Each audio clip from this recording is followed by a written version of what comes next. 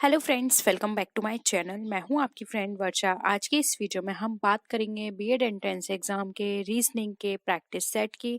हमने कुछ और क्वेश्चंस पहले की वीडियो में डिस्कस कर लिए थे। आपने वो वीडियो नहीं देखी तो प्लीज एक बार जरूर देख लीजिएगा, क्योंकि उसमें हमने बहुत सारे इंटरेस्टिंग क्वेश्चंस डिस्कस किए थे और वो आपको प्रैक्टिस करने चाहिए, क्योंकि उसमें बहुत सारी चीजें ऐसी थी जो आपको न्यू चीज सीखने को मिलेंगी। एक तरह से वो आपके लिए एक सैंपल पेपर होगा, सेम उसी तरह से आपके एग्जाम में पूछे जाते हैं, तो एक बार जरूर देख लीजिएगा।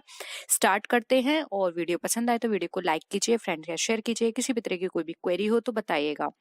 देखिए, क्वेश्चन है, ए बी की बहन है, बी सी की पुत्री है, ई डी का पिता है, डी ए का भाई है, ई सी से क्या संबंध है?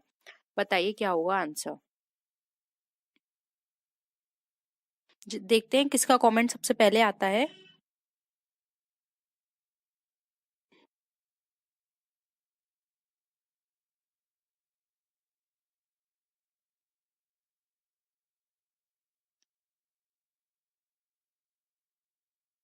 बताइए क्या होगा। देखिए, सॉल्व करते हैं। ए कौन है? बी की बहन है, यानी कि हमें पता पड़ गया ए गर्ल है। ठीक है। बी सी की पुत्री है। अब बी जो है वो सी की पुत्री है, यानी कि यहाँ पे ये भी पता चल गया बी भी कौन है? पुत्री है। तो यहाँ पर क्या आ गया? ए बी की बहन है। ठीक है। तो यहाँ पर बी सी की पुत्री है, तो सी यहाँ पर इनकी मदर हो गई। फादर भी हो सकते हैं। ई डी का पिता है। अब ई जो है वो डी का पिता है, तो हम यहाँ लिख लेते हैं ई और डी क्या है? सन फादर है। डी ए का भाई है। ई कौन था? डी का पिता। और डी क्या है? ए का भाई। तो यहाँ लिख सकते हैं हम डी कौन है? ए का भाई। और डी ई जो है वो डी का पिता है, तो ई इनका ऊपर आ गया। अब ई का सी से क्या संबंध है आपको ये बताना है। ठीक है। तो देखिए यहाँ पर ई और सी का आप संबंध बताइए, आंसर कर सकते हैं ना। ई सी का क्या हो गया? पति हो गया। यहाँ पे ऑप्शन सी राइट आंसर है। ठीक है। एक बार फिर से सॉल्व करिएगा, सारे क्वेश्चंस का आप स्क्रीनशॉट ले लीजिए और आप दोबारा से फिर से सॉल्व करिएगा। ऑप्शन सी पति राइट आंसर आएगा। अब यहाँ पे 17 क्वेश्चन देखिए। यदि या राजू नरेश के पिता के पुत्र की पत्नी का बेटा है, तो राजू नरेश से किस प्रकार संबंधित है यदि राजू के दादा के कोई पौत्री ना हो तो? सॉल्व करिए।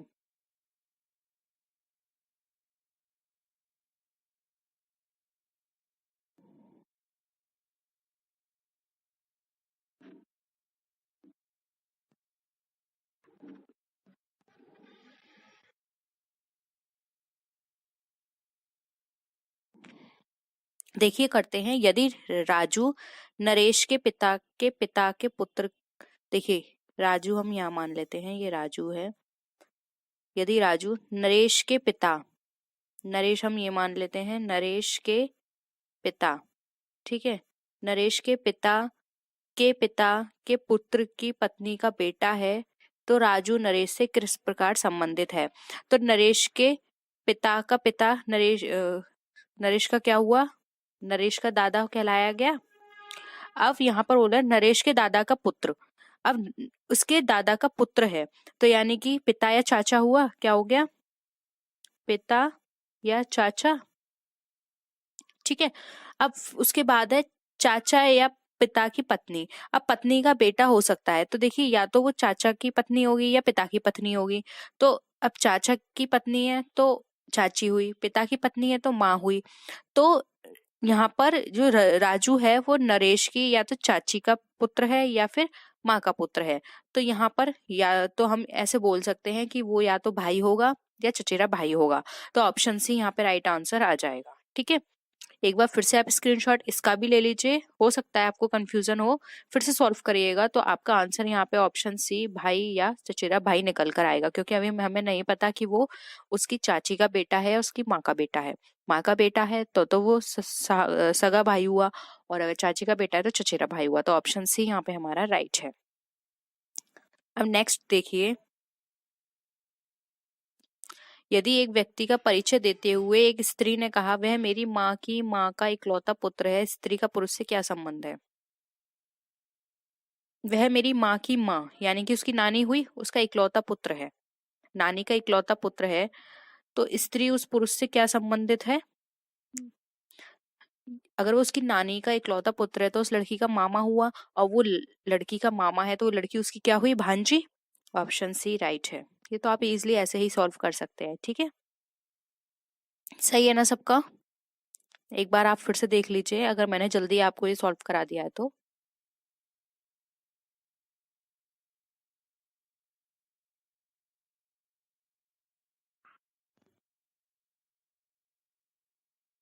मूव करें। देखिए, अब 19 क्वेश्चन देखिए। विनीत ने सूरज से कहा कि दिया तुम्हारी मौसी है और मेरी माँ भी तुम्हारी मौसी है, तथा रीमा मेरी बहन है। बताइए कि सूरज का रीमा से क्या संबंध है?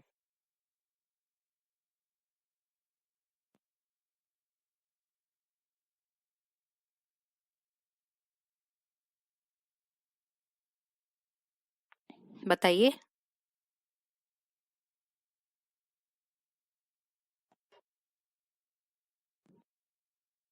देखिए, दिया तुम्हारी मौसी है और मेरी माँ भी तुम्हारी मौसी है, यानी कि वो भी मौसी की बेटी है, ठीक है। तथा रीमा मेरी बहन है। तो सूरज का रीमा से संबंध, तो देखिए जब वो उससे बोल रहा है कि मेरी मौसी है, तो उसकी माँ भी तो उसकी मौसी लगी। तो यहाँ पर सूरज उसके लिए क्या हो गया? मौसी का बेटा, यानी मौसेरा भाई। तो ऑप्शन सी यहाँ पे हमारा वो डी हमारा यहाँ पे राइट आंसर हो जाएगा, ठीक है। क्लियर है ना सबको? अब देखिए यहाँ पे 20 पर, रघु तथा बाबू जुड़वा हैं। बाबू की बहन रीमा है, रीमा का पति राजन है। रघु की माँ लक्ष्मी है, लक्ष्मी का पति राजेश है। तदनुसार राजेश का राजन से क्या रिश्ता है? देखिए यहाँ पर लिख लीजिए, रघु, रघु जो है और बाबू क्या है? जुड़वा है। जुड़वा यानी कि भाई हैं दोनों, जुड़वा। बाबू की बहन रीमा है। अब बाबू की बहन रीमा है तो वो रघु की भी बहन हुई। रीमा का पति क्या है? राजन है रीमा का पति। रघु की माँ लक्ष्मी है। अब रघु की माँ है क्या है? लक्ष्मी। तो ये इन तीनों की भी माँ हुई। और लक्ष्मी का पति राजेश है। तो यहाँ पर राजेश का राजन से संबंध बताना है, तो वो उसका क्या हो गया? दामाद हो गया। तो यहाँ पर राजेश बताना है, राजेश क्या है? तो राजेश का राजन से संबंध किसका होगा? बताइए। राजन कौन हुआ? उसका दामाद। और राजेश क्या हुआ? ससुर।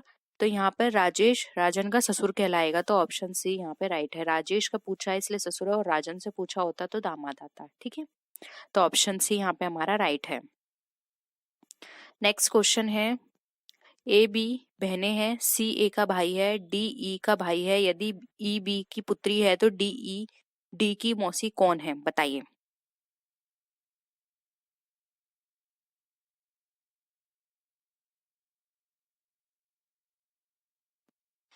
ए बी क्या है? बहनें हैं। सी ए का भाई है। सी क्या है? भाई है, और ये दोनों बहनें हैं। अब डी ई का भाई है। डी जो है वो ई का भाई है। यदि ई बी की पुत्री है, ई जो है वो बी की पुत्री है, तो यानी कि ये भाई हैं, तो ये इसका ये बेटा, ये दो बच्चे हैं ई और डी। तो डी की मौसी कौन होगी? तो देखिए हमें ये तो पता है ना कि सी यहाँ पर क्या है? मेल है, और ए बी क्या है? फीमेल है। तो यहाँ पर इसकी डी की मौसी कौन हो गई? ए हो गई, ठीक है। सबका आंसर ए निकला है ना? ऑप्शन सी यहाँ पे हमारा राइट आंसर हो जाएगा, ए। नेक्स्ट देखिए, बी की माँ ए है तथा सी ए का पुत्र है, डी ई का भाई है। यदि ई बी की पुत्री है तो डी की नानी कौन होगी? आंसर करिए, सॉल्व करिए जल्दी से, मैं आपको टाइम देती हूँ।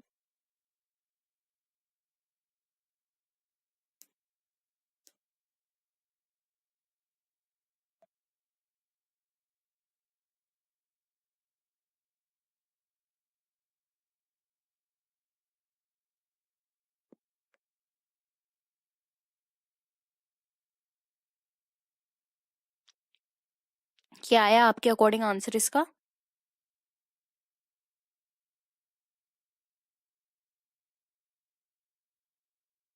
देखिए करें। बी की माँ ए है, अब बी की माँ कौन है? ए, क्या ये माँ? तथा सी ए का पुत्र है। सी कौन है? ए का पुत्र। बी की माँ ए है, यानी कि इसका पुत्र क्या है? सी, ये पुत्र है। और बी यहाँ पे पुत्र भी हो सकता है, पुत्री भी हो सकता है, अभी हमें नहीं पता। डी ई का भाई है। अब डी जो है वो ई का भाई है। यदि ई बी की पुत्री है, ई जो है बी की पुत्री है, ठीक है। बी की पुत्री क्या है? ई, यानी कि ये हमें पता है फीमेल, और ये क्या है? मेल। तो डी की नानी कौन होगी? बताइए। बी की माँ ए थी ना, तो बी की पुत्री है, तो डी की नानी कौन हुई? ए ही हुई, ठीक है। तो ऑप्शन ए यहाँ पे हमारा राइट है। अब देखिए थर्ड। थर्ड क्वेश्चन है, देखिए यहाँ पर ए बी से आयु में 3 गुना बड़ा है। 4 वर्ष पहले सी की आयु ए की आयु की दोगुनी थी। 4 वर्ष में ए 31 वर्ष का हो जाएगा। और बी और सी की वर्तमान आयु क्या है, आपको ये बतानी है। तो देखिए ये हमारे ऑप्शंस हैं: 10 वर्ष, 50 वर्ष, 9 वर्ष, 46 वर्ष, 9 वर्ष, 50 वर्ष और 10 वर्ष, 46 वर्ष। बताइए, आप सॉल्व करके देखिए कितना आंसर आएगा, फिर हम सॉल्व करते हैं।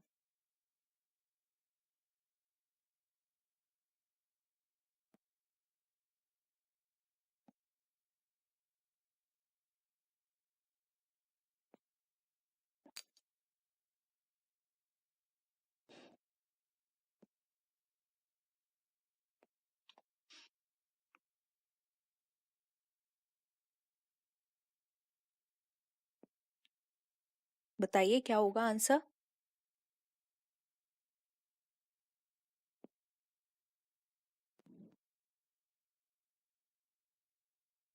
देखिए हम सॉल्व करते हैं। पहले इसमें हम ए की वर्तमान आयु निकालेंगे, तो देखिए ए की वर्तमान आयु निकालना बहुत आसान है। इसमें दे रखा है 4 वर्ष में ए 31 वर्ष का हो जाएगा, यानी कि ये बताया कि 4 वर्ष में 31 वर्ष का हो जाएगा। तो 4 साल बाद होगा, तो 4 साल पहले अगर हम 31 में से -4 कर देते हैं तो हमारा कितना निकल कर आ जाएगा? Sorry, 1 minute. 31 में से 4 माइनस करेंगे तो हमारा 27 निकल कर आ जाएगा, यानी कि 27 साल क्या है? ए की वर्तमान आयु है, ठीक है। अब बी की वर्तमान आयु निकालिए, जबकि यहाँ पे देख क्या दे रखा है? ए बी से 3 गुना बड़ा है, तो डिवाइड कर लेंगे 27 में 3, तो यहाँ पर कितना निकल कर आ जाएगा? हमारा 9, यानी कि ये किसकी आयु है? बी की आयु है वर्तमान। अब पुनः 4 वर्ष पहले का निकालना है हमें। तो देखिए ये तो हमने अब का निकाला था, अब यहाँ पर ये बोल रहे हैं कि 4 वर्ष पहले सी की आयु ए की आयु की दुगनी थी, ठीक है। तो पुनः 4 वर्ष पहले ए की आयु कितनी होगी? तो ये जो 27 है वर्तमान में, 27, इसमें से -4 फिर से कर दीजिए, तो हमारा कितना निकल कर आ जाएगा? 23, यानी कि 4 वर्ष पहले 23 थी, अब 27 है, और 4 साल बाद 31 हो जाएगी। सिंपल है यहाँ तक। अब देखिए 4 वर्ष पहले सी की आयु कितनी थी? यहाँ पे साफ दे रखा है सी की आयु ए की दुगनी थी, तो ए की 23 है, ठीक है। तो इसकी दुगनी अगर हम करेंगे तो सी की हमारी कितनी आयु निकल कर आ जाएगी? 46 वर्ष। तो सी की आयु कितनी हो गई? 46 वर्ष हो गई। अब वर्तमान में सी की आयु निकाल लीजिए, तो ये 46 जो है वो 4 साल पहले थी। अब इस 46 में आप ऐड कर देंगे +4, तो कितनी आयु हो जाएगी आपकी? 50 साल हो जाएगी, ठीक है। तो यहाँ पर आपका डायरेक्ट आंसर निकल कर आ जाएगा, ठीक है। 9 वर्ष और 50 वर्ष, क्योंकि बी की आयु पूछी है, बी की आयु यहाँ पर कितनी निकल कर आई? 9। और यहाँ पर सी की वर्तमान आयु पूछी है, तो सी की वर्तमान आयु यहाँ पर हमारी कितनी निकल कर आई? आपने यहाँ पे 46 में प्लस किए थे 4, तो 50 हो गए। तो यहाँ पे 9 और 50 ये हमारा राइट आंसर हो जाएगा, ठीक है। स्क्रीनशॉट ले लीजिए, नहीं तो वापस जब ये पूरी वीडियो हो जाएगी तो उसके बाद फिर से इसको रिपीट करके देखिएगा, आपको क्वेश्चन समझ में आ जाएगा। बहुत ही सिंपल है, आराम से समझिएगा, दोबारा से प्रैक्टिस करिएगा, इजली आ जाएगा समझ में। नहीं आएगा तो हम फिर से डिस्कस करेंगे, ओके। अब फोर्थ क्वेश्चन देखिए। ए की आयु बी की आयु की 7/3 गुनी है। 10 वर्ष पहले ए की आयु बी की आयु की 3 गुनी थी, तो बी की आयु कितनी है? 60 वर्ष है, 30 वर्ष है, 70 वर्ष है, या फिर 24 वर्ष है? बताइए।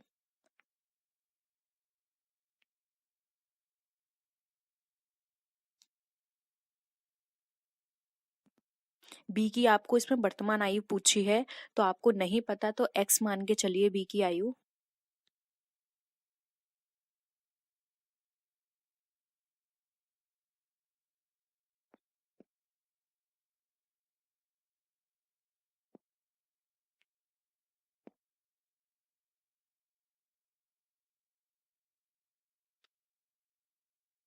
देखिए हमने माना बी की आयु x है और a की आयु साफ बोला है b से इतनी गुनी है, ठीक है।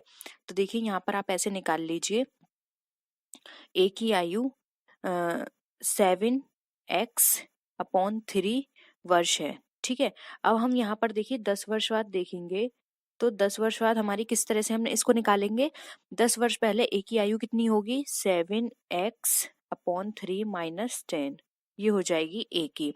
और 10 वर्ष पहले b की निकालेंगे तो कितना होगा, x - 10 वर्ष हो जाएगा। अब यहाँ पर आप इस तरह से फॉर्मूला लगा के निकाल सकते हैं easily, x - 10 into 3 equal to 7x/3 - 10, ये पूरा फॉर्मूला निकलेगा। तो यहाँ पर आप इसको डिवाइड करेंगे आपस में, जब इनका कैलकुलेशन करेंगे 3 तिया 9 होता है, 3 और 3 क्या हो गया 9। अब यहाँ पर 9 आ गया, 9 से 10 का यहाँ पर आप डिवाइड करेंगे तो कितना आ जाएगा 90। तो आपका ये निकल कर आ जाएगा 9x - 90, ठीक है, इक्वल टू, अब ये 7x था तो 7 यहाँ पर आ जाएगा, x माइनस, अब इस 3 को इससे आप मल्टीप्लाई करेंगे तो ये 30 हो जाएगा। तो ये हो गया 9x - 10 इक्वल टू 7x - 30। तो यहाँ पर आप देखिए x और x कितना हो गया, 2x हो गया, और यहाँ पर आप इसको मल्टीप्लाई करेंगे 30 को तो यहाँ पर कितना निकल कर आ जाएगा 60। तो देखिए हमारा जो दूसरी कैलकुलेशन होगी वो होगी 2x इक्वल टू 60, और b की आयु हमारी कितनी दे रखी है, तो b की आयु यहाँ पर 2x है, x बाहर ले आइए, 60 ऊपर, यहाँ पे 2 कर दीजिए, इससे इसको डिवाइड कर दीजिए, ये आ जाएगा 30। तो b की आयु हमारी कितनी हो जाएगी, 30 वर्ष। तो ऑप्शन बी राइट है, ठीक है। तो इस तरह से इसका निकलेगा। वैसे ये बहुत ही लेंदी है प्रोसेस, इस तरह के आपके एग्जाम में नहीं आते हैं, और एज से रिलेटेड भी इतने नहीं पूछे जाते हैं, सिंपल पूछे जाते हैं, बट फिर भी आप प्रैक्टिस कर लीजिए, बाई चांस आ भी सकते हैं। वैसे अब तक हमने जितने भी क्वेश्चंस देखे हैं उसमें इस तरह के इतने लेंदी तो नहीं पूछे गए हैं। तो अगर आप इस तरह के क्वेश्चंस, मैं तो ये कहूंगी सॉल्व कर सकते हैं, तभी आप अपना टाइम दीजिएगा इन तरह के क्वेश्चंस में, नहीं तो आप इन क्वेश्चंस की वजह से अपने और क्वेश्चंस को मत छोड़िए। क्योंकि अगर कोई भी चीज आपको थोड़ी डिफिकल्ट भी लगती है और आपको लगता है कि आपकी प्रैक्टिस करने के बाद भी आप कंफ्यूज हो सकते हैं उसमें, तो प्लीज उस पर टाइम वेस्ट मत कीजिए। आपके पास वैसे ही बहुत सारे सब्जेक्ट, बहुत सारे टॉपिक्स ऐसे हैं जिन पर आप फोकस कर सकते हैं और मार्क्स सारे ला सकते हैं वहां से। तो एक और ऐसा नहीं है कि हर स्टूडेंट को सभी चीज आनी चाहिए, कोई भी हर चीज में परफेक्ट नहीं होता है। अगर आपको लगता है कि एज वाले आप कितने भी समझ लें आपको नहीं आएंगे, तो प्लीज मैं तो यही कहूंगी कि इस टॉपिक को स्किप कर दीजिए, क्योंकि रीजनिंग में इसके अलावा भी बहुत टॉपिक हैं जहाँ से क्वेश्चंस आते हैं, ठीक है। और आप देख लीजिएगा प्रैक्टिस से, अगर आपको लगता है कि आप कर सकते हैं तो प्लीज जरूर करिएगा, ठीक है। अब 5th क्वेश्चन देखिए, राम की आयु श्याम से दुगनी है। यदि 10 वर्ष पहले राम श्याम से 4 गुना बड़ा था तो राम और श्याम की वर्तमान आयु क्या है।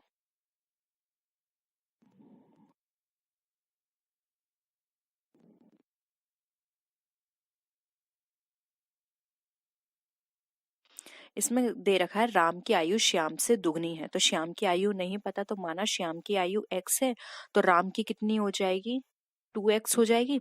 अब यहाँ पर 10 वर्ष पहले दे रखा है, तो देखिए श्याम की जो आयु है वो x है, तो 10 वर्ष पहले क्या हो जाएगी, x - 10, और राम की कितनी हो जाएगी 2x - 10। ये 10 वर्ष पहले की हम बात कर रहे हैं। तो यहाँ पर क्या फॉर्मूला बनेगा आपका, x - 10 इंटू 4 इक्वल टू, यहाँ पर इक्वल टू फिर मैं नीचे लिख देती हूँ 2x - 10। अब देखिए 4 से आप इसको मल्टीप्लाई करेंगे तो ये 4 आ जाएगा, फिर 4 से 10 को मल्टीप्लाई करेंगे तो यहाँ पर कितना आ जाएगा 40 आ जाएगा, ये आ गया 40। और ये हम इक्वल में 2x माइनस 10 हो गया। अब देखिए 2x माइनस 10 है, अब आप इसको इससे डिवाइड करेंगे तो आपका आंसर कितना निकल कर आएगा, 2x माइनस वो सॉरी इक्वल टू 30, ये आपका निकल कर आ जाएगा 2x इक्वल टू 30। अब यहाँ पर श्याम की वर्तमान आयु आप निकाल लीजिए, ये x को बाहर ले आएंगे, 2x इक्वल टू 30 था तो x को बाहर ले आए, 30 इधर लिख दिया तो यहाँ पर 2 हो गया, इससे इसको डिवाइड कर देंगे तो ये 15 आ जाएगा। तो यानी कि राम की आयु उस समय कितनी थी, वो सॉरी श्याम की आयु उस समय थी 15 वर्ष और राम की वर्तमान आयु जो है वो है हमारी 30। ठीक है, ये है हमारी श्याम की और ये है हमारी राम की। तो ये राम और श्याम की पूछी है तो 15 30 होगा यहाँ पे आंसर। ठीक है, ऑप्शन में है 15 और 30, यस ये रहा 15 और 30, ऑप्शन सी यहाँ पे हमारा राइट आंसर है। ठीक है, फर्स्ट है निम्नलिखित में से किस गवर्नर जनरल को भारतीय प्रेस का मुक्तिदाता कहा जाता है। तो आपको बताना है भारतीय प्रेस का मुक्तिदाता किस गवर्नर जनरल को कहा गया है, Lord William Bentinck, sir Charles Metcalfe, Lord Auckland या फिर लॉर्ड एलन बोरे, बताइए।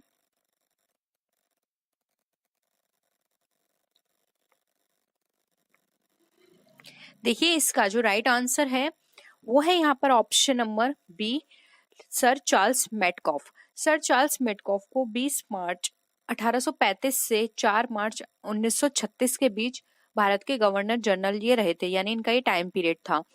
उन्होंने प्रेस को पूर्ण स्वतंत्रता दी थी, सिर्फ यही कारण था जिसके कारण इनको प्रेस का मुक्तिदाता कहा जाता है। तो आप याद रखिए इन्होंने प्रेस को पूर्ण स्वतंत्रता दी थी कि इनको किसी का फोर्स नहीं है, जो भी न्यूज है उसको पब्लिश करने में इनको पूर्ण स्वतंत्रता है, ये किसी के भी दबाव में आके कोई भी पब्लिश नहीं करेंगे न्यूज। तो एक तरह से इनको स्वतंत्रता प्रदान की थी, इसलिए इनको प्रेस का मुक्तिदाता कहा जाता है। तो ऑप्शन बी यहाँ पे हमारा राइट आंसर है।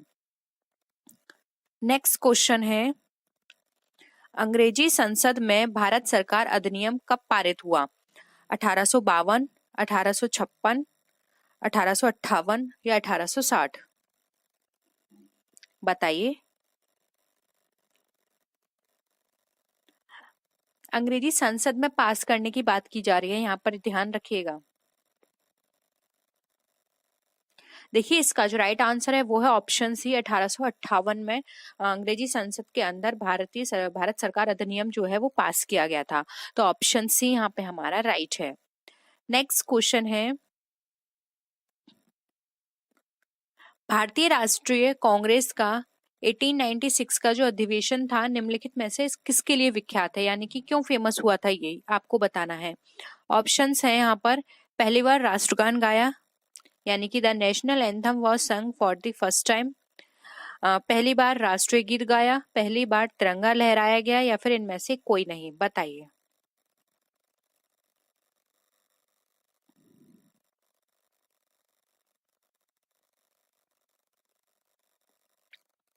देखिए इसमें जो राइट आंसर हो जाएगा वो होगा यहाँ पे ऑप्शन नंबर, यहाँ पर अगर हम बात करें तो वो हो जाएगा हमारा बी, यहाँ पर पहली बार राष्ट्रीय गीत गाया गया था। अब हमारा राष्ट्रीय गीत क्या है, वो है वंदे मातरम।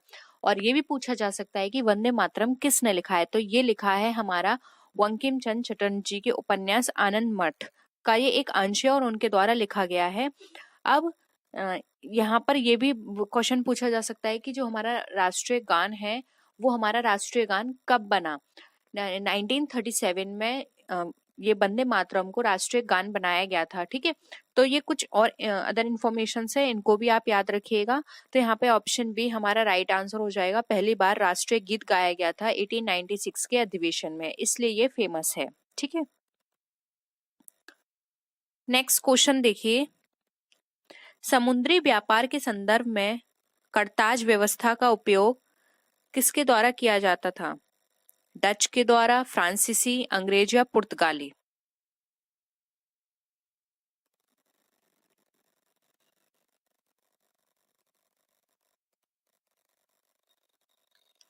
देखिए राइट आंसर है इसका ऑप्शन डी, पुर्तगाली द्वारा। और ये करताज व्यवस्था किससे संबंधित है, तो ये समुद्री व्यापार जब किया जाता था तो उसके व्यापार लाइसेंस से संबंधित है। 20वीं शताब्दी में अंग्रेजों ने भी नेवी सल्ट नामक व्यवस्था शुरू की थी। यानी पुर्तगाली जब समुद्री व्यापार करते थे तो उनको करताज की व्यवस्था वहां पे उन्हें करनी होती थी, जिसका मतलब है व्यापार लाइसेंस है, यानी उनके पास ये लाइसेंस है कि वो समुद्र से व्यापार कर सकते हैं। ठीक है, तो यहाँ पे ऑप्शन डी हमारा राइट आंसर हो जाएगा। नेक्स्ट क्वेश्चन देखिए, सुरेंद्र नाथ बनर्जी के बारे में निम्नलिखित में से कौन सा कथन सही नहीं है? आपको ये बताना है सुरेंद्र नाथ बनर्जी के द्वारा। वे इंडियन नेशनल एसोसिएशन के सह संस्थापक थे, वे कलकत्ता के रिपन कॉलेज के संस्थापक थे, उन्हें राष्ट्रीय चेतना के कॉन्सेप्ट के लिए जाना जाता है, या फिर डी ऑप्शन है उन्होंने आनंद मोहन बोस के साथ मिलकर साधारण ब्रह्मो समाज की स्थापना की। बताइए किस लिए ये फेमस है?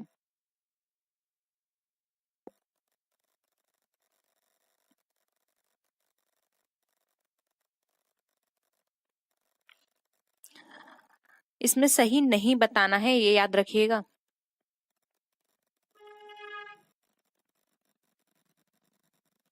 देखिए, अगर हम बात करें यहाँ पे वे इंडियन नेशनल एसोसिएशन के संस्थापक थे, तो ये तो बिल्कुल सही है। वे कलकत्ता के रिपन कॉलेज के संस्थापक थे, ये भी सही है। उन्होंने राष्ट्रीय चेतना के कॉन्सेप्ट के लिए जाना जाता है, ये भी सही है। तो ये तीन तो सही है, लेकिन फोर्थ ऑप्शन जो है कि आनंद मोहन के साथ मिलकर साधारण ब्रह्मो समाज की स्थापना की थी, ये गलत है। तो ऑप्शन यहाँ पे हमारा डी ए राइट आंसर हो जाएगा।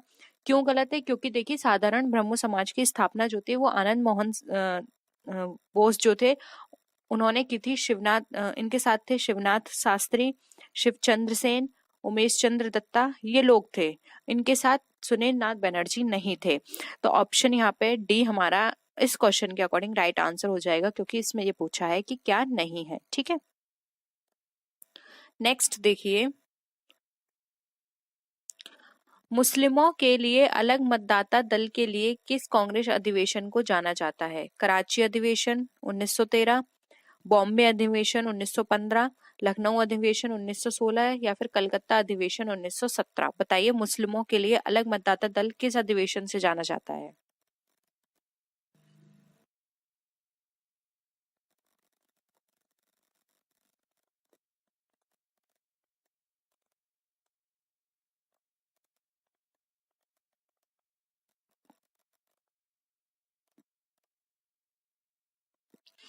देखिए, अगर हम यहाँ पर मुस्लिमों के लिए अलग मतदाता दल की बात करें तो ये हुआ था हमारा लखनऊ अधिवेशन 1916 में। इसमें जो हमारा कांग्रेस का जो अधिवेशन थे वो दो पार्ट में डिवाइड हो गए थे, गरम दल और नरम दल।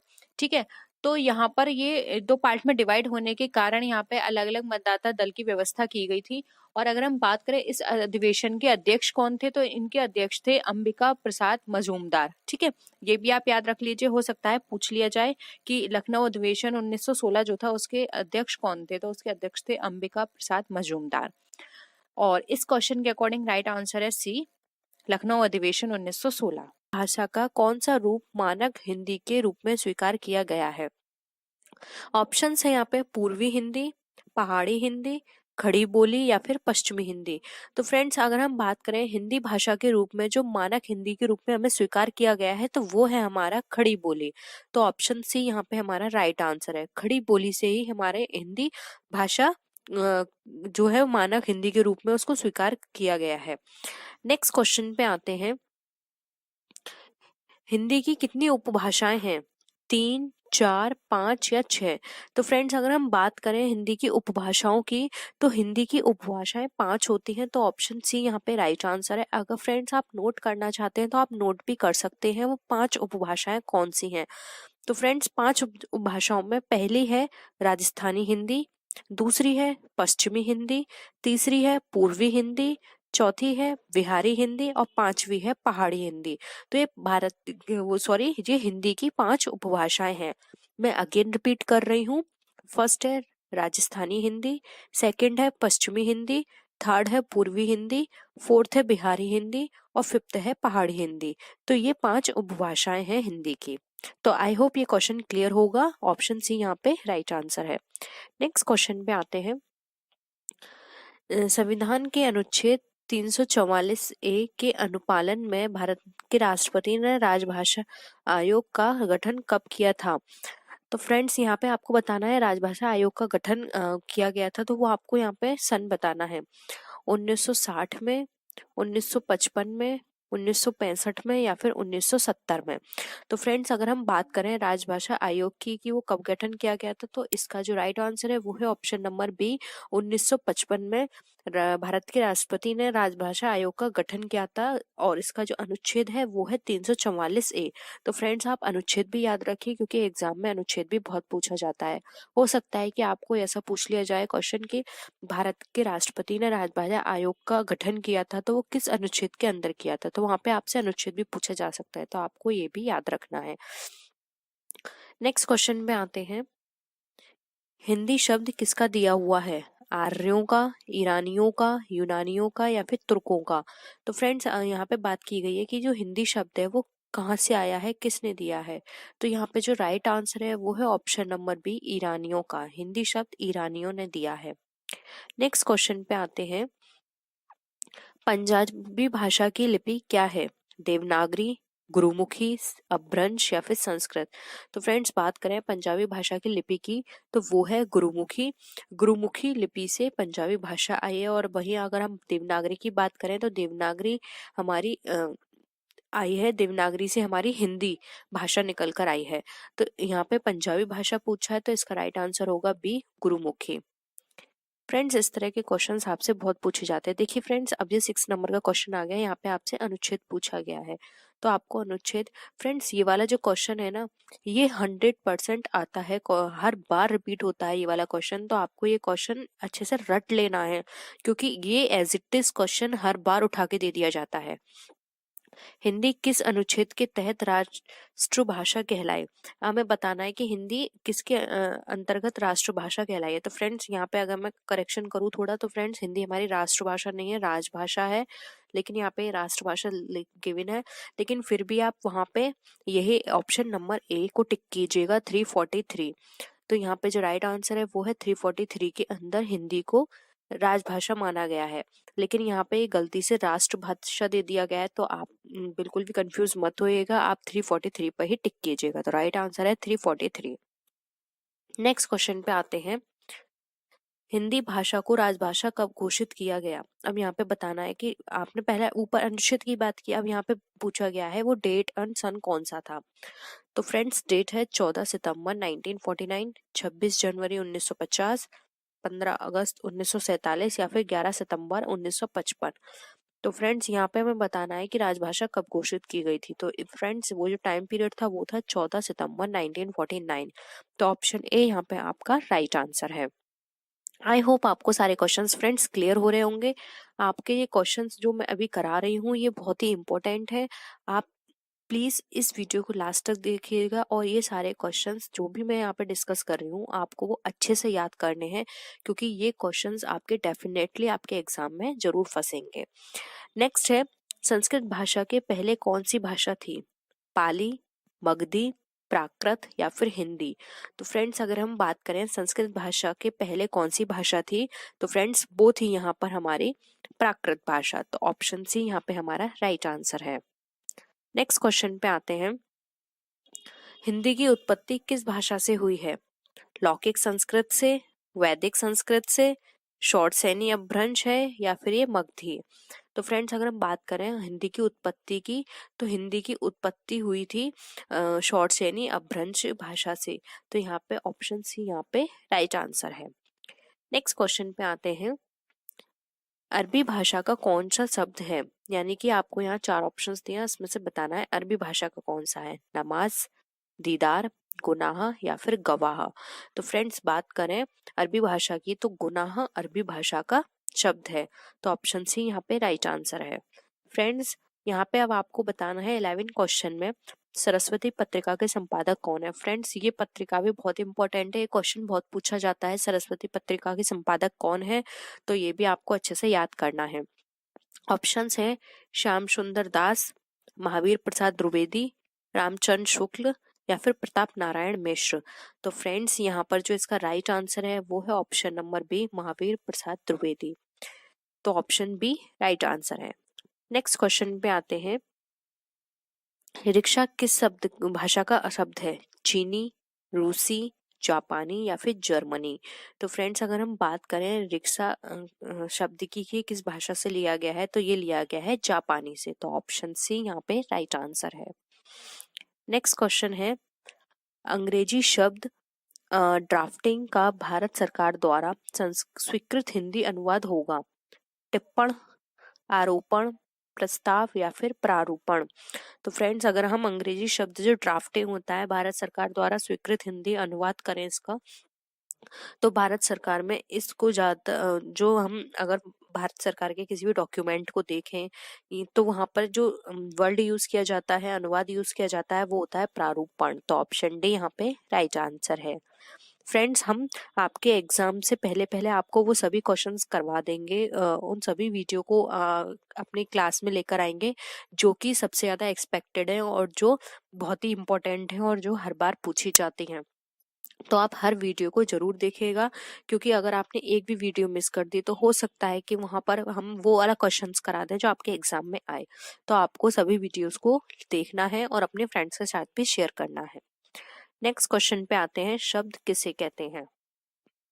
एक या एक से अधिक सार्थक वर्ण समूह को, या फिर एक या एक से अधिक वर्णों के मेल को, ध्वनि की छोटी इकाई को, या फिर भाषा की सबसे छोटी इकाई को। तो फ्रेंड्स शब्द किसे कहते हैं, इससे पहले हम थोड़ी सी रिवीजन कर लेते हैं। तो फ्रेंड्स ध्वनि भाषा की सबसे छोटी जो इकाई होती है उसे वर्ण कहा जाता है। वर्ण का अपना कोई भी अर्थ नहीं होता है। वर्णों के संयोग से जिस सार्थक वर्ण समूह या ध्वनि शब्द समूह की सृष्टि होती है उसे हम शब्द कहते हैं। तो यहाँ पे हमसे शब्द पूछा गया है। तो फ्रेंड्स अगर हम इसके अकॉर्डिंग बात करें तो एक या एक से अधिक सार्थक वर्ण हमारे के समूह को भी हम शब्द ही कहेंगे। तो यहाँ पे ऑप्शन ए हमारा क्या होगा, राइट आंसर होगा। नेक्स्ट क्वेश्चन पे आते हैं, महाराष्ट्र में किस भाषा का प्रयोग अधिक होता है? अंग्रेजी, हिंदी, मराठी या फिर मैथिली। तो फ्रेंड्स बात करें महाराष्ट्र में भाषा जो सबसे ज्यादा यूज की जाती है तो वो है मराठी भाषा। सबसे ज्यादा वहां पे मराठी भाषा बोली जाती है। नेक्स्ट क्वेश्चन पे आते हैं, हिंदी भाषा के कितने राज्यों की राजकीय भाषा है?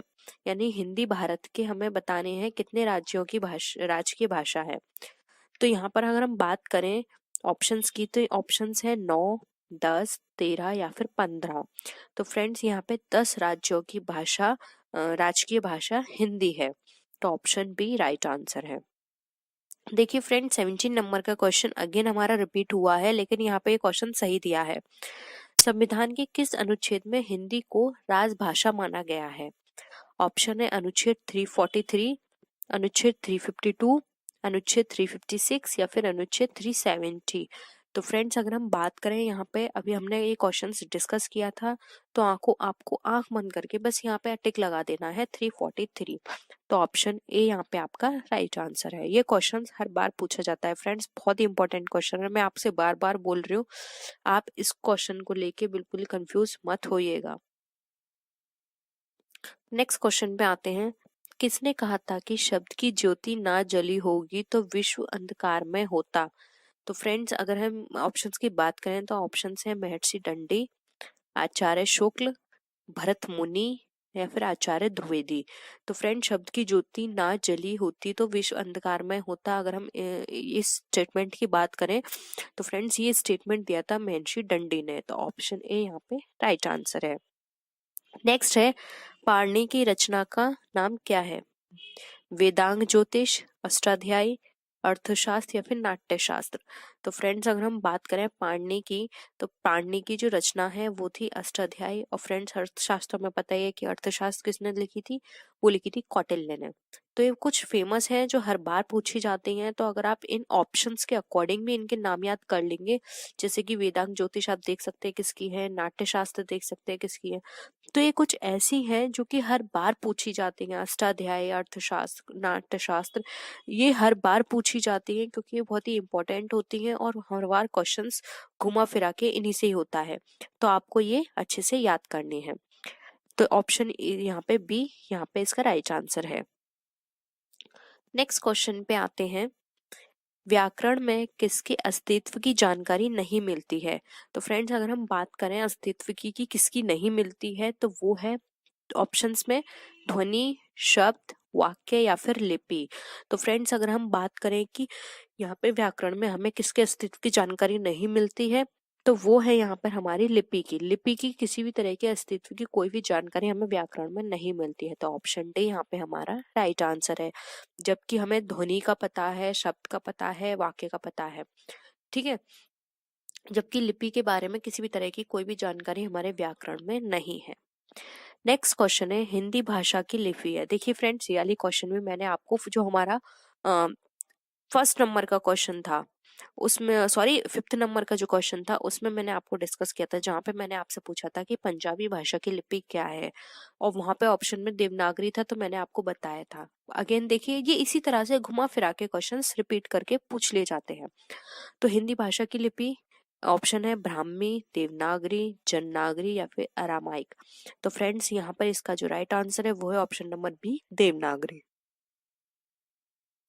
नेक्स्ट क्वेश्चन पे आते हैं। हिंदी को मानक रूप प्रदान करने का सर्वप्रथम प्रयास किसने किया? अब देखिए फ्रेंड्स, आपको वहां पे इसी तरह का एक और क्वेश्चन पहले भी पूछा गया था कि मानक रूप में हिंदी को स्वीकार कब किया गया, किस भाषा के रूप में स्वीकार किया गया। तो इस तरह की जो इस हिस्ट्री बेस कुछ इम्पोर्टेंट क्वेश्चंस हैं, वो हमेशा या तो क्वेश्चंस जो होंगे उनको ऑप्शंस में बना दिया जाएगा, या फिर जो ऑप्शंस होंगे उनको क्वेश्चंस में बना दिया जाएगा। तो इस तरह से घुमा फिरा के हर बार वही क्वेश्चंस पूछे जाते हैं। ऑप्शंस है किशोरीदास बाजपेयी, किशोरीलाल गोस्वामी, श्याम सुंदर दास या फिर डॉक्टर नगेन। तो फ्रेंड्स अगर हम बात करें हिंदी को मानक रूप प्रदान करने की कि वो किसने किया था, तो वो थे किशोरी दास वाजपेयी। तो ऑप्शन ए यहाँ पे राइट आंसर है। नेक्स्ट क्वेश्चन पे आते हैं। स्वामी दयानंद सरस्वती ने किसकी रचना हिंदी भाषा में की है? योग वशिष्ठ की, सुधा सागर की, सत्यार्थ प्रकाश की या फिर वेदांत धर्म की। तो फ्रेंड्स अगर हम बात करें स्वामी दयानंद सरस्वती की कि इनकी रचना हिंदी भाषा में कौन सी थी, तो वो थी सत्यार्थ प्रकाश। ऑप्शन सी यहाँ पे राइट आंसर है। नेक्स्ट क्वेश्चन पे आते हैं। फ्रेंड्स किसी भी तरह का आपको डाउट लग रहा हो इन क्वेश्चंस में, तो आप प्लीज कमेंट सेक्शन में जरूर बताइएगा। नेक्स्ट है कन्नौजी हिंदी की किस उपभाषा की एक बोली है? पूर्वी हिंदी, पश्चिमी हिंदी, राजस्थानी हिंदी या फिर पहाड़ी हिंदी। अब देखिए फ्रेंड्स, पूर्वी, पश्चिमी, राजस्थानी और पहाड़ी ये सारे क्या हैं? आपको मैंने ये भी क्वेश्चन अभी बताया था कि 5 उपभाषाएं, तो ये 4 जो ऑप्शन है ये उपभाषाएं हैं हिंदी की। तो आपको यहाँ पे कन्नौजी बताना है, तो इसका राइट आंसर होगा बी, पश्चिमी हिंदी। नेक्स्ट क्वेश्चन पे आते हैं। निम्न में से कौन बिहारी हिंदी की बोली है? बुंदेली, मगही, हड़ौती या फिर अवधी। तो फ्रेंड्स बिहारी हिंदी की बोली की बात करें तो वो है मगही। तो ऑप्शन बी यहाँ पे राइट आंसर है। नेक्स्ट क्वेश्चन है भाषा का आरंभ होता है ध्वनि से, अर्थ से, शब्द से या फिर वाक्य से। तो फ्रेंड्स अगर हम बात करें भाषा के आरंभ की, तो उसके लिए ध्वनि का होना बहुत ही जरूरी है, क्योंकि ध्वनि ध्वनि नहीं होगी तो हम शब्द नहीं बोल पाएंगे, और शब्द के बिना हमारा वाक्य और उसका अर्थ से भी कोई तात्पर्य नहीं है। तो अगर हम आरंभ की बात करें तो सबसे पहले आएगी ध्वनि। तो ऑप्शन ए यहाँ पे हमारा राइट आंसर है। नेक्स्ट क्वेश्चन पे आते हैं। भाषा के प्रमुख अवयव हैं। तो फ्रेंड्स ये वाला क्वेश्चन भी बहुत बार रिपीट होता है। आपको यहाँ पे क्या है बताना है कि कौन सा यहाँ पे ऑप्शन सही अरेंजमेंट दिया हुआ है। वर्ण, शब्द, पद या वाक्य, वर्ण, शब्द, अनुच्छेद या वाक्य, शब्द, वाक्य, वर्ण या विचार, या फिर वर्ण, शब्द, वाक्य या भाषण। तो फ्रेंड्स सबसे पहले देखिए क्या आता है। अगर हम भाषा की बात करें तो वर्ण आता है। तो देखिए वर्ण हमारा 3 में है, सी में नहीं है, तो ऑप्शन सी कट गया। वर्ण के बाद क्या आता है? शब्द। तो देखिए 3 ऑप्शन में सेकंड नंबर पे शब्द है, यानी कि वो भी ठीक है। फिर आता है देखिए फ्रेंड्स 4th ऑप्शन में क्या दे रखा है? वाक्य। 3rd ऑप्शन पे तो गलत है, तो डायरेक्ट वाक्य नहीं आ सकता और अनुच्छेद भी नहीं आ सकता। इसके बाद क्या आएगा? पद। पद के बाद आएगा वाक्य। तो ऑप्शन ए यहाँ पे हमारा राइट आंसर है। तो आप इसको ऐसे याद रखिए, वर्ण, शब्द, पद और वाक्य, ये यहाँ पे इसका राइट आंसर है। तो ऑप्शन ए यहाँ पे करेक्ट है। आप ये जो सीक्वेंस है इसको अच्छे से याद रखिए। नेक्स्ट क्वेश्चन पे आते हैं। भाषा का निर्माण होता है अमूर्त ध्वनियों से, मूक संकेतों से, व्यक्त ध्वनियों से या फिर आंखों से? तो फ्रेंड्स अगर हम बात करें भाषा के निर्माण होने की, तो वो होता है व्यक्त ध्वनियों से। तो ऑप्शन सी यहाँ पे राइट आंसर है। अमूर्त ध्वनि से नहीं कर सकते, सिर्फ मूक संकेतों से हम भाषा का निर्माण नहीं कर सकते और ना ही आंखों से कर सकते हैं। उसके लिए हमें व्यक्त ध्वनि, जो हमारे हाव भाव को व्यक्त करें, उनका होना बहुत इंपॉर्टेंट है। तो ऑप्शन सी यहाँ पे राइट आंसर है। नेक्स्ट है, भाषा की सार्थक लघुत्तम इकाई है ध्वनि, शब्द, वाक्य या फिर संयुक्त वाक्य? तो फ्रेंड्स यहाँ पे जो इसका राइट आंसर है वो है ऑप्शन नंबर ए, वो है ध्वनि। तो आई होप आपको क्वेश्चंस क्लियर हो रहे होंगे। नेक्स्ट क्वेश्चन पे आते हैं। अशोक के शिलालेख ब्राह्मी लिपि तथा किस भाषा में उत्कीर्ण है? संस्कृत, पाली, प्राकृत या फिर हिंदी? तो फ्रेंड्स यहाँ पर अगर हम बात करें, जो अशोक के शिलालेख हैं जो ब्राह्मी लिपि में है, वो किस भाषा में लिखे हुए हैं? तो वो लिखे हुए हैं प्राकृत भाषा में। ये वाला क्वेश्चन भी फ्रेंड बहुत बार पूछा जाता है, इस बार थोड़ा घुमा दिया है, नहीं तो ये लिखा जाता है कि जो अशोक के शिलालेख हैं वो किस भाषा में उत्कीर्ण या फिर लिखे हुए हैं, तो डायरेक्ट आप लिख दोगे प्राकृत भाषा में। तो फ्रेंड्स यहाँ पे आप कंफ्यूज मत होइएगा, ऑप्शन यहाँ पे सी आपका राइट आंसर है, प्राकृत। नेक्स्ट क्वेश्चन पे आते हैं। अमीर खुसरो ने हिंदी के लिए क्या प्रयुक्त किया? हिंदवी, हिंदुस्तानी, उर्दू या फिर भाषा? तो फ्रेंड्स अगर हम बात करें अमीर खुसरो की, उन्होंने हिंदी के लिए क्या यूज किया, तो उन्होंने हिंदी के लिए जो यूज किया था शब्द वो था हिंदवी। तो ऑप्शन ए यहाँ पे राइट आंसर है। नेक्स्ट क्वेश्चन है, पूर्वी हिंदी का संबंध माना गया है मगधी अपभ्रंश से, अर्धमागधी अपभ्रंश से, सौरसेनी अपभ्रंश से या फिर उपरोक्त में से कोई नहीं? तो फ्रेंड्स जो पूर्वी हिंदी का संबंध माना गया है, तो वो माना गया है अर्धमागधी अपभ्रंश से। तो ऑप्शन बी यहाँ पे राइट आंसर है। नेक्स्ट क्वेश्चन पे आते हैं। हिंदी की कितनी बोलियां हैं?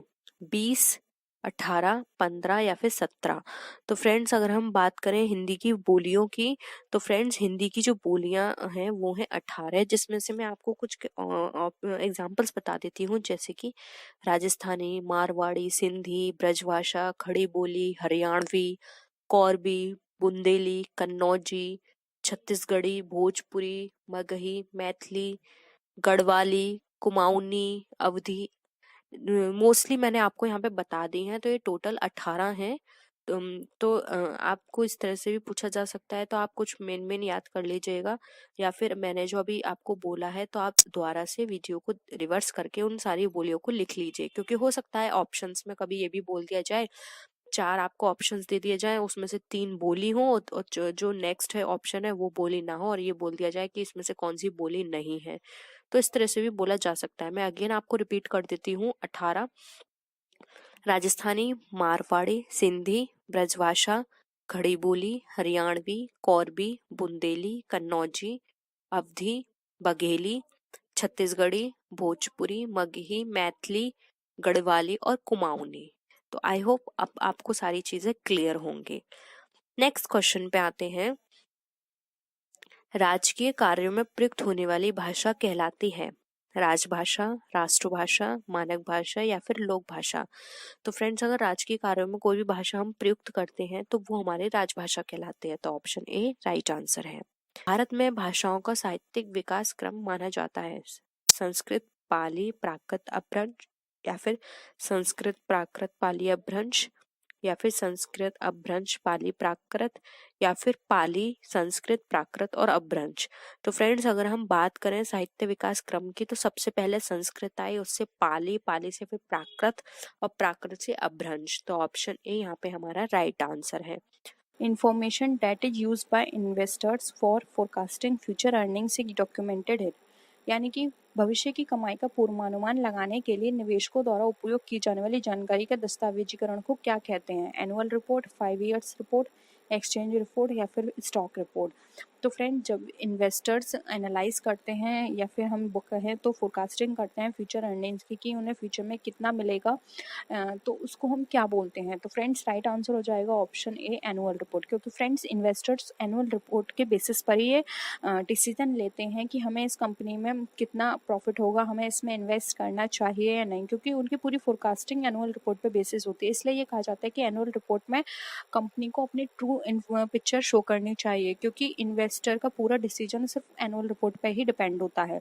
अगर आपकी एनुअल रिपोर्ट सही नहीं है तो इन्वेस्टर्स आपके बिजनेस में इनिशिएट नहीं लेंगे उसमें, अगर हम कहें तो उसमें इन्वेस्ट करने का। इसलिए एनुअल रिपोर्ट हमेशा कंपनी की ट्रू पिक्चर शो करे, तभी कंपनी को फ़ायदा मिलेगा, क्योंकि इन्वेस्टर्स पूरा डिसीजन सिर्फ एनुअल रिपोर्ट के बेसिस पर करते हैं। और एनुअल रिपोर्ट में हर चीज़ क्लियरली गिवन होनी चाहिए कि उसका प्रॉफिट रेशो कितना है, अर्निंग रेशो कितना है, इन्वेस्टर्स के लिए क्या पॉलिसी है, ये सारी चीज़ें क्लियरली उसमें डिफाइन होनी चाहिए।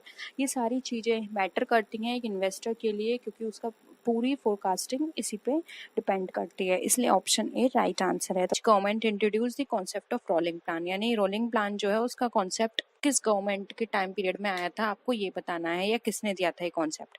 मनमोहन गवर्नमेंट, वाजपेयी, जनता या फिर राव। तो फ्रेंड्स ये बहुत ही इंपॉर्टेंट है, 5 ईयर प्लान पढ़े हैं तो आपने इनको भी पढ़ा होगा, रोलिंग प्लान को। तो इसका जो राइट आंसर होगा वो होगा ऑप्शन नंबर सी, जनता गवर्नमेंट ने रोलिंग प्लान को इंट्रोड्यूस किया था। ठीक है, नेक्स्ट है Gate was born in India. अब गेट का जन्म कब हुआ था आपको ये बताना है, 1948, 1945, 1947 या फिर 1950। तो देखिए इसका राइट आंसर होगा यहाँ पे ऑप्शन नंबर ए, जो कि 1948।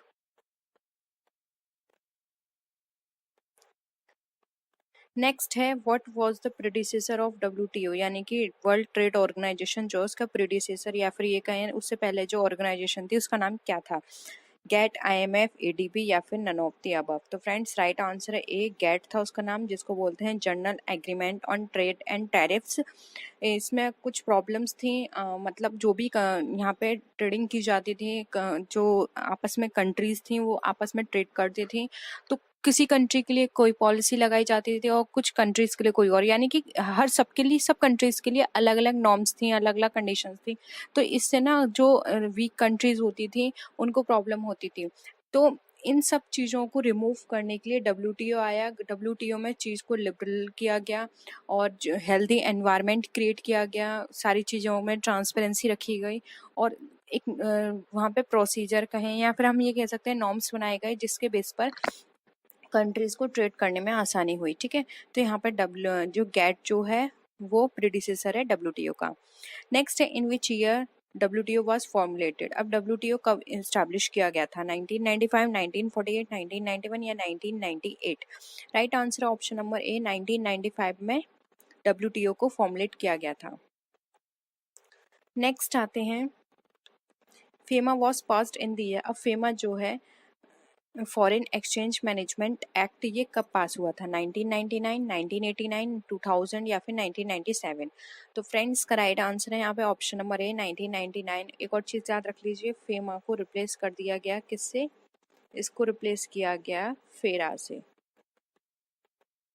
ठीक है, नेक्स्ट है dash refers to the regulation of credit for specific purpose और ब्रांचेस ऑफ इकोनॉमिक एक्टिविटी, यानी कि ऐसी कौन सी चीज़ है जो कि हमारे स्पेसिफिक पर्पस के क्रेडिट के लिए रेगुलेट की जाती है, रेगुलेशन का काम करती है और इकोनॉमिक एक्टिविटी की ब्रांचेस में भी ये हेल्प करती है। यानी कि हम एक तरह से बात करें तो जो भी हमारे स्पेसिफिक पर्पस हैं या उनकी जो ब्रांचेस हैं उनके क्रेडिट का रेगुलेशन करना किसका काम होता है, credit control, selective control, bank control या फिर नन ऑफ दीज। तो देखिए यहाँ पे स्पेसिफिक पर्पस की बात की जा रही है, तो यानी स्पेसिफिक पर्पस है तो सेलेक्टिव कंट्रोल होगा, किसी पर्टिकुलर चीज़ के लिए जब हम कोई कंट्रोल करते हैं तो सेलेक्टिव कंट्रोल बोलते हैं। इसलिए यहाँ पे ऑप्शन बी राइट आंसर होगा, स्पेसिफिक पर्पस के लिए किया जा रहा है तो यहाँ पे राइट है सेलेक्टिव कंट्रोल। नेक्स्ट है सेज स्टैंड्स फॉर। अब सेज जो है वो उससे क्या कहा जाता है, special economic zone, special export zone, specially backward zone या फिर नन। तो फ्रेंड राइट आंसर है ऑप्शन नंबर, यहाँ पे अगर हम बात करें तो इसका राइट आंसर हो जाएगा ऑप्शन नंबर ए, जो कि हमारा स्पेशल इकोनॉमिक जोन। नेक्स्ट है dash is an act to control and regulate the concentration of economic power to the common detriment, यानी कॉमन डिटरमेंट के लिए कॉन्सेंट्रेशन करके रखना इकोनॉमिक पावर को, वो कौन सा एक्ट करता है, एडा एक्ट, एमआरटीपी, आईएलओ या फिर फेरा। तो फ्रेंड्स अगर हम बात करें इकोनॉमिक पावर को कॉन्सेंट्रेट करने की और रेगुलेट करने की, तो ये काम था एमआरटीपी का। एमआरटीपी यहाँ पे ऑप्शन बी राइट आंसर है, जिसको बाद में चेंज कर दिया गया। अब वो क्या है वो आपने कल की वीडियो देखी होगी तो आपको पता चल गया होगा। ठीक है, नेक्स्ट है consumer protection act was came in force. अब कंज्यूमर प्रोटेक्शन एक्ट जो है वो कब आया था? 1985, 1986, 1999 या फिर 1989? तो राइट आंसर है ऑप्शन नंबर बी, 1986 में कंज्यूमर प्रोटेक्शन एक्ट आया था। नेक्स्ट क्वेश्चन पे आते हैं। Dash consist of economic condition, economic policies, industrial policies and economic system, यानी कि आर्थिक स्थितियों, आर्थिक नीतियों, आर्थिक औद्योगिक नीतियों और आर्थिक प्रणाली में मिलकर जो सारी चीजें काम करती हैं उसको हम क्या बोलते हैं? Business environment, economic environment, natural environment या फिर नन? तो देखिए फ्रेंड्स, यहाँ पे सारी चीजें जो हैं वो किससे कंसर्न है? इकोनॉमी से कंसर्न है, कंडीशन पॉलिसी इकोनॉमिक से कंसर्न है, industrial policy and economic system, यानी सारे हमारी इकोनॉमी से रिलेटेड कंपोनेंट्स हैं। तो इसके लिए जो वर्क करेगा वो होगा हमारा इकोनॉमिक एनवायरनमेंट। और अगर इसकी जगह हमारा business condition, business policy, business system की बात करते हैं तो वहाँ होता है बिजनेस एनवायरनमेंट। ठीक है, इकोनॉमी से कंसर्न है ये सारी चीजें, इसलिए इकोनॉमिक एनवायरनमेंट यहाँ पे हमारा राइट आंसर हो जाएगा। नेक्स्ट क्वेश्चन है, Indian economy is an example of. अब जो इंडियन इकोनॉमी है वो किसका एग्जांपल है? Capitalist economy, closed economy, mixed economy या फिर नन ऑफ दी? तो ये आप सबको पता होगा, बहुत ही कॉमन क्वेश्चन है और इस तरह के क्वेश्चंस पूछ लिए जाते हैं। ठीक है, तो इंडियन इकोनॉमी जो है वो हमारी मिक्स्ड इकोनॉमी है। ठीक है, नेक्स्ट क्वेश्चन है, dash economy is not plan, control and regulated by the government, यानी ऐसी कौन सी इकोनॉमी है जो कि ना तो प्लान की जाती है गवर्नमेंट के द्वारा, ना ही कंट्रोल की जाती है और ना ही रेगुलेट की जाती है? ऑप्शंस है closed economy, mixed economy, free market economy या फिर नन ऑफ दीज। तो फ्रेंड्स देखिए, यहाँ पर अगर हम इसकी राइट आंसर की बात करें तो देखिए, क्लोज्ड इकोनॉमी का मतलब तो यहाँ है कि फुल्ली गवर्नमेंट का कंट्रोल है। ठीक है, वहीं मिक्स्ड की बात करें तो मिक्स्ड में क्या होता है, थोड़ा गवर्नमेंट का कंट्रोल होता है और थोड़ा प्राइवेटाइजेशन होता है, यानी कि उनको प्राइवेटाइज कर दिए जाते हैं कुछ सेक्टर्स। जबकि फ्री मार्केट इकोनॉमी में क्या है, सब कुछ ओपन है, गवर्नमेंट का कोई भी कंट्रोल नहीं है, यहाँ पर सारी चीज प्राइवेटाइजेशन में दी हुई है। ठीक है, तो यहाँ पे ऑप्शन सी राइट आंसर हो जाएगा, क्योंकि यहाँ पे कुछ भी चीज गवर्नमेंट द्वारा नहीं की जा रही है, इसलिए ऑप्शन सी यहाँ पे राइट आंसर है, फ्री मार्केट इकोनॉमी है वो। ठीक है, नेक्स्ट क्वेश्चन है, dash is the apex body of the economic planning in India. अब इकोनॉमिक प्लानिंग के लिए कौन सी एपेक्स बॉडी जो है वो वर्क करती है इंडिया में? Planning commission, parliament, supreme court या फिर नन ऑफ दीज? तो देखिए, प्लानिंग कमीशन की बात करें, वो प्लान इकोनॉमिक प्लानिंग की बात करें तो वहाँ पे इसका राइट आंसर हो जाएगा प्लानिंग कमीशन, ऑप्शन ए यहाँ पे राइट आंसर है। नेक्स्ट क्वेश्चन है, ग्लोबलाइजेशन रिफर्स टू। अब जो ग्लोबलाइजेशन होता है वो हमें क्या बताता है? A more integrated and interdependent world, lower income worldwide, less foreign trade and investment या फिर ग्लोबल वार्मिंग? तो देखिए फ्रेंड्स, यहाँ पर अगर हम ग्लोबलाइजेशन की बात करें तो देखिए, यहाँ पर अगर हम देखते हैं ऑप्शंस, ग्लोबल वार्मिंग ग्लोबलाइजेशन से बिल्कुल नहीं होता, less foreign trade and investment, less नहीं होता बल्कि मोर फॉरेन ट्रेड एंड इन्वेस्टमेंट होता है, lower income and world wide की भी बात यहाँ पे नहीं होती है। यहाँ पे तो अगर हम ज़्यादा से ज़्यादा दूसरी कंट्रीज के साथ डील करेंगे तो हमारी इनकम क्या होगी, हाई होगी, लो नहीं होगी। इसलिए यहाँ पे ऑप्शन ए राइट आंसर होगा, ये मोर इंटीग्रेटेड यानी सारी चीज़ों को मिलकर वर्क करता है और इंटरडिपेंडेंट वर्ल्ड की बारे में बताता है। यानी कि ग्लोबलाइजेशन में क्या है, सब कुछ ओपन है, आप किसी भी कंट्री के साथ, किसी भी बिजनेसमैन के साथ, वो चाहे किसी भी कंट्री का हो, आप उसके साथ बिजनेस कर सकते हैं, अपने प्रोडक्ट को किसी भी कंट्री में जाके सेल कर सकते हैं। तो सब कुछ ग्लोबलाइज है। ठीक है, सब कुछ ओपन है आपके लिए, इसलिए ऑप्शन ए यहाँ पे हमारा राइट आंसर हो जाएगा। नेक्स्ट क्वेश्चन पे आते हैं, globalisation is beneficial for firms because, यानी कि ग्लोबलाइजेशन जो है वो किसके लिए बेनिफिशियल है, हमें ये बताना है। It protects them against foreign competition, ये हमें फॉरेन कंपटीशन से प्रोटेक्ट करता है। It cushions them from the effects of events in other country, ये हमारी जो भी अदर कंट्रीज में इफेक्ट, जो भी इवेंट्स के इफेक्ट्स होते हैं उससे हमें बचाता है। It opens up new market opportunity, ये हमारे लिए ओपन कर देता है न्यू मार्केट अपॉर्चुनिटीज़ को। It increases the risk and uncertainty of operating in globalised world economy, ये हमारे लिए रिस्क को इंक्रीज करता है और अनसर्टेनिटी को भी बढ़ाता है। तो देखिए, अगर हम ग्लोबलाइजेशन के बेनिफिशियल की बात करें तो यहाँ पे इसका राइट आंसर हो जाएगा option number C, it open ups new market opportunity. अब ग्लोबलाइजेशन से क्या होता है, हमारे लिए नए मार्केट ओपन हो जाते हैं। अब हम अपना प्रोडक्ट ज़्यादा से ज़्यादा कंट्रियों में सेल कर सकते हैं, जिससे कि ज़्यादा प्रॉफिट अर्न कर सकते हैं, क्योंकि जहाँ अगर हम अपने प्रोडक्ट को दूसरी कंट्री में सेल करेंगे तो वहाँ पर हम अपने जो एक्स्ट्रा हमने एक्सपेंसेस किए हैं उसको लगा के हम अपना जो नो प्रॉफिट है उसको इंक्रीज करके वहाँ सेल कर सकते हैं। तो इससे क्या होगा, हमारी सेल भी इंक्रीज होगी, हमारा प्रॉफिट भी इंक्रीज होगा। तो ये हमारे लिए एक न्यू मार्केट अपॉर्चुनिटी की तरह वर्क करता है। इससे हमारे हमको एक नया मार्केट मिल जाता है अपने प्रोडक्ट को सेल करने का। इसलिए यहाँ पे ऑप्शन सी राइट आंसर हो जाएगा। तो फ्रेंड्स आज के लिए इतना ही। आई होप आपको क्वेश्चंस आज के पसंद आए होंगे। वीडियो पसंद आई तो वीडियो को लाइक कीजिए, फ्रेंड्स के साथ शेयर कीजिए। किसी भी तरह की कोई भी क्वेरी हो तो आप कमेंट सेक्शन में पूछ सकते हैं। आप मुझे मेरे सोशल मीडिया पे फॉलो कीजिए और नेक्स्ट वीडियो में फिर मिलते हैं आपसे और भी अच्छी वीडियोस के साथ। तब तक के लिए टेक केयर, बाय बाय।